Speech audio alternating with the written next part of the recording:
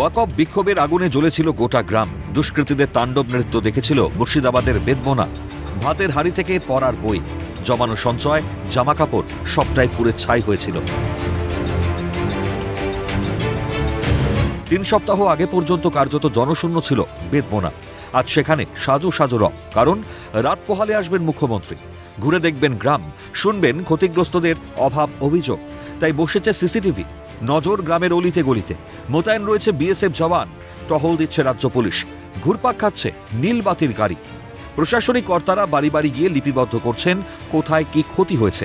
শান্তি ফেরাতে মরিয়া চেষ্টা প্রশাসনের। ক্রমশ ছন্দে ফিরতে মরিয়া শামশেরগঞ্জ ধুলিয়ান। রাত পোহালেই আসছেন মুখ্যমন্ত্রী মমতা বন্দ্যোপাধ্যায়। ইতিমধ্যেই গোটা এলাকা জুড়ে মুখ্যমন্ত্রীকে স্বাগত জানিয়ে পোস্টার লাগানো রয়েছে। গোটা এলাকায় এখনো পর্যন্ত রয়েছে কেন্দ্রীয় বাহিনীর জওয়ানরা। গোটা এলাকায় বাইকে করে টহল দিচ্ছে একেবারে রাজ্য পুলিশ। উদ্দেশ্য একটাই, অতি দ্রুত শান্তি ফিরিয়ে আনা। মুখ্যমন্ত্রী মুর্শিদাবাদে আসবেন, তার আগেই কিন্তু প্রশাসনের লেভেল থেকে শুরু করে পুলিশ থেকে শুরু করে এসডিও ম্যাডাম সবাই কিন্তু জিরো গ্রাউন্ডে নেমে গেছেন। যেসব এলাকা ক্ষতিগ্রস্ত হয়েছে সেসব এলাকায় বাড়ি গিয়ে সাধারণ মানুষের কথা বলছেন, তাদের অভাব বা অভিযোগ সবকিছু কথা শুনছেন। বসত ভিটেতে আগুন লাগিয়ে চলেছে লুটপাট। আতপোড়া বাড়িগুলিতে মুখ্যমন্ত্রীর আগমনের আগে চলছে মেরামতির কাজ। কোথাও ছাদহীন ঘরের চালে বসছে টিনের শেড, আবার কোথাও আগুনে অর্ধেক পুড়ে যাওয়া দেওয়ালে উঠেছে নতুন ইটের গাঁথুনি।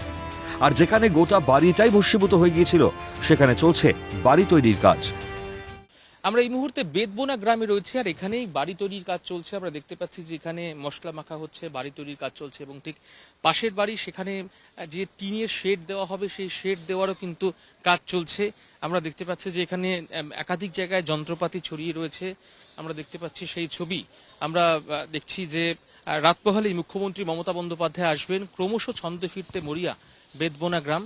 টিন দেওয়া হয়েছে, এখন এরপরে কি দিবে না দিবে সেটা সরকার জানে। এই যে লাগানোর কাজ কি সরকারি কর্মচারী করছে না সরকারি কর্মচারী করছে? আর গাঁথনির কিছু এখন কাজ করেনি, এখন করবে বলছে। করবে বলছে? হ্যাঁ। দুটোই কি আগুনে পুড়ে গিয়েছে? দুটোই পুড়ে গেছিল আগুনে, কিছু ছিল না বাড়িতে।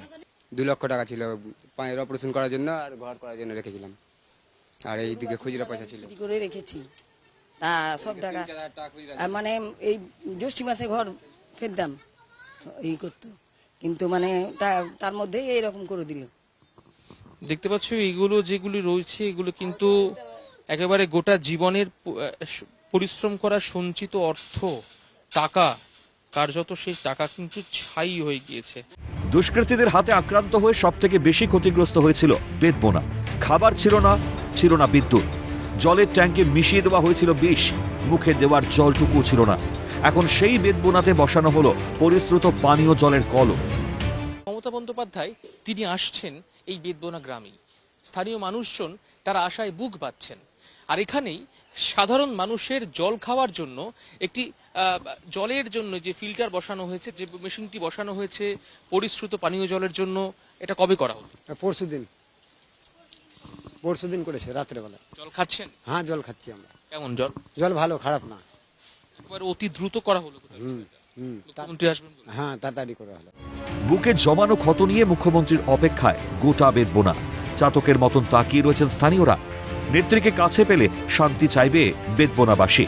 দাবি রাখবেন সুরক্ষার, দাবি রাখবেন বিএসএফ ক্যাম্পের। এমনটাই শোনা গেল ক্ষতিগ্রস্তদের কাছ থেকে।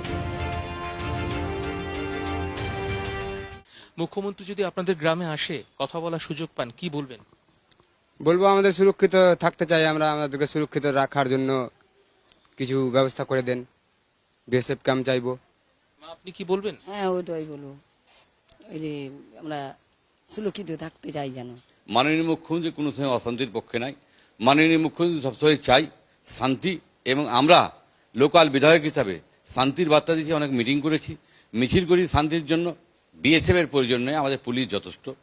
কারণ হলো যে আমরা এলাকায় আমাদের নিজস্ব হিন্দু, মুসলিম, খ্রিস্টান, জৈন যারা আছে মেল মহব্বত আছে। মুখ্যমন্ত্রী মমতা বন্দ্যোপাধ্যায় তার কাছে একটাই প্রার্থনা করছেন, এই বেদবোনার মানুষ সুরক্ষিত থাকতে চাই, অর্থাৎ সুরক্ষার ব্যবস্থা করুক রাজ্যের মুখ্যমন্ত্রী মমতা বন্দ্যোপাধ্যায়।